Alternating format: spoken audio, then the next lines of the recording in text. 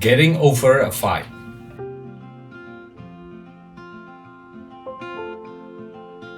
Orang bilang berantem itu bumbu-bumbu pernikahan. Tapi sebenarnya suami istri berantem itu sehat nggak sih? Sebuah research yang disajikan di sebuah konferensi tahunan American Psychological Association mengatakan bahwa suami istri yang terbiasa berkonflik umumnya tidak punya tekanan dalam hubungan mereka. Penelitian yang sama menemukan bahwa pasangan yang suka berkonflik itu stres hormon mereka lebih cepat menurun dibandingkan mereka yang menghindari percekcokan. Jadi, sebenarnya konflik itu sehat kok. Tapi memang kita perlu belajar gimana melakukannya dengan cara yang baik, dengan cara yang sesuai dan juga cara yang benar. Firman Tuhan memang nggak ngomongin secara spesifik mengenai konflik atau percekcokan dalam rumah tangga. Tetapi melalui firman-Nya, Tuhan menunjukkan apa yang Dia harapkan kita lakukan ketika kita berkonflik sama pasangan kita. Basically, Dia mau kita tetap memiliki kerendahan hati, hati yang mau mengampuni, hati yang tetap mengasihi, dan pengendalian diri yang baik untuk bisa tetap bersikap dengan baik, tepat, dan sejalan dengan kebenaran. Filipi 2 ayat 3-4 versi TSI berbunyi demikian. Apapun yang kamu lakukan, janganlah mementingkan kepentinganmu sendiri atau menonjolkan diri.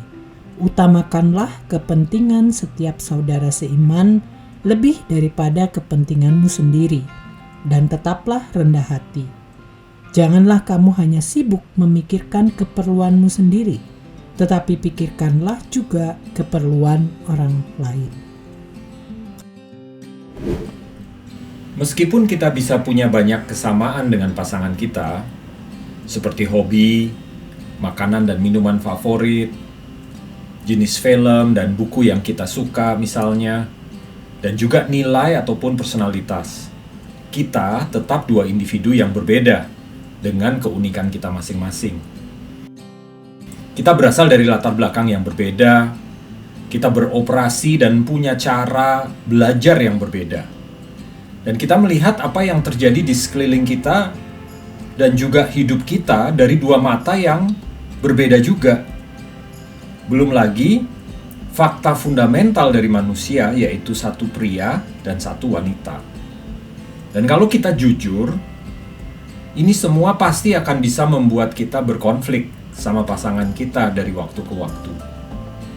Ingat aja bahwa kalaupun perselisihan terjadi, ini bukanlah hal yang buruk kok.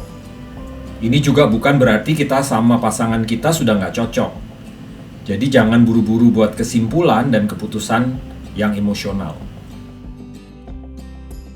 So selalu expect untuk lewatin bumpy road di dalam hubungan kita dari waktu ke waktu dan hadapin masalahnya dengan baik dan dengan cara yang tepat. Sekarang, yuk kita coba lihat sama-sama. Apa sih yang jadi kefrustrasian para pasangan ketika mereka harus berkonflik dengan suami atau istri mereka? Di beberapa kasus yang sering terjadi adalah suami atau istri, atau bahkan kedua-duanya, tidak memberikan kesempatan pasangannya untuk menjelaskan pikiran, perasaan, dan keinginan atau ekspektasinya. Belum-belum sudah langsung dikomentari, dikritik, atau bahkan dihakimi. Sehingga konfliknya sendiri nggak bisa ditangani karena salah satu sudah merasa dipojokkan dan tidak didengar. Malah nggak jarang konfliknya jadi tambah besar karena salah satu atau kedua-duanya merasa tersinggung dan disakiti. Kalau sudah sampai seperti ini, pasti akan jauh lebih sulit untuk diselesaikan, dan proses rekonsiliasi pasti nggak bakal bisa terjadi. Ya, memang benar. Rekonsiliasi itu hanya bisa terjadi kalau masing-masing mampu mengendalikan diri dan deal sama isu yang sedang terjadi dengan cara yang benar. Tapi gimana sih caranya?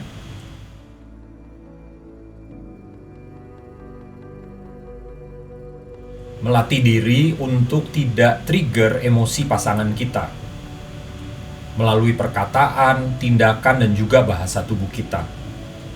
Seperti misalnya, merespons ungkapan pasangan kita dengan merendahkan pemikirannya, atau merespons dengan kata-kata yang kasar, atau nada suara yang tinggi, dan juga merespons dengan bahasa tubuh yang kelihatannya meremehkan atau mengintimidasi.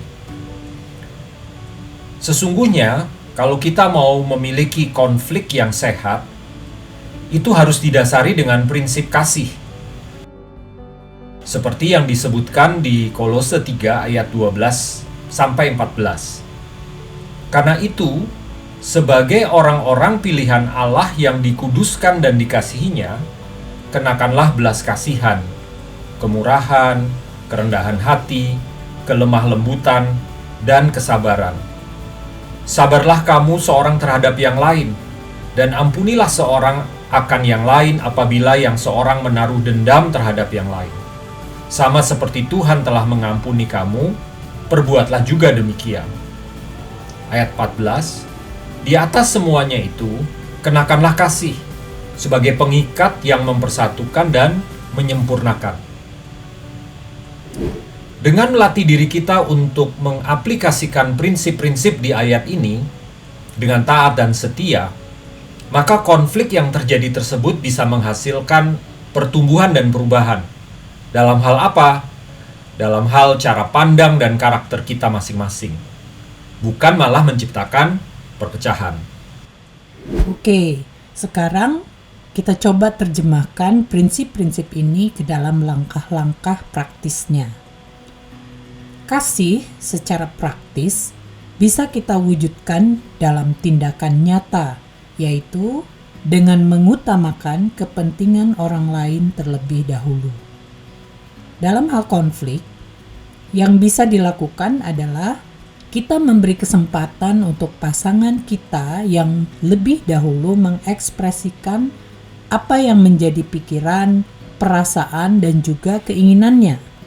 Sementara pasangan kita berbicara, kita mendengarkan dan memperhatikan sungguh-sungguh apa yang disampaikan, dengan tidak memotong perkataannya, tidak mengomentari, tidak menghakimi, dan menunjukkan sikap dan perhatian yang tulus sampai pasangan kita selesai berbicara. Setelah pasangan kita selesai berbicara, pastikan kita akui bahwa kita mengerti dan menghargai apa yang dia rasakan, dia pikirkan, atau dia inginkan.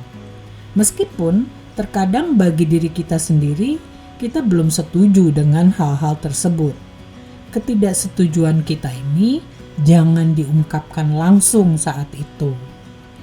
Pengakuan dan pemahaman kita terhadap apa yang pasangan kita katakan adalah cara yang paling efektif untuk meneduhkan hati pasangan kita, sekaligus memberikan kita peluang untuk bisa melihat isunya dengan lebih jelas sebelum kita meresponinya. Sekarang, bagaimana cara yang tepat untuk kita meresponi ungkapan pasangan kita tersebut? Yang pertama, jangan awali dengan kritikan. Jangan juga awali dengan penghakiman atau pembelaan diri. Tapi, awali dengan mengkonfirmasikan pengertian kita terlebih dahulu terhadap apa yang pasangan kita katakan. Dan juga, jangan lupa untuk akui jika ada hal-hal positif yang kita temukan dari pikirannya tersebut.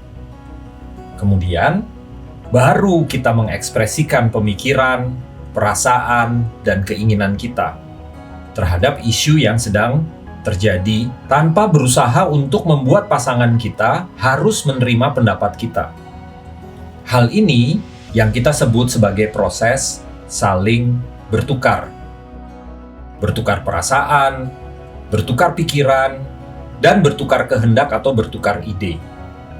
Proses inilah yang harus terus-menerus menjadi pola komunikasi dalam pembicaraan selanjutnya, sampai akhirnya kita bisa menemukan kesepakatan bersama terhadap isu yang dihadapi. Jadi, dibutuhkan keputusan dari masing-masing pihak untuk mau sama-sama bersikap dewasa dan melakukan proses saling bertukar di dalam menangani konflik yang dihadapi. Kalau kita mau konflik tersebut menjadi proses pertumbuhan yang sehat bagi hubungan kita.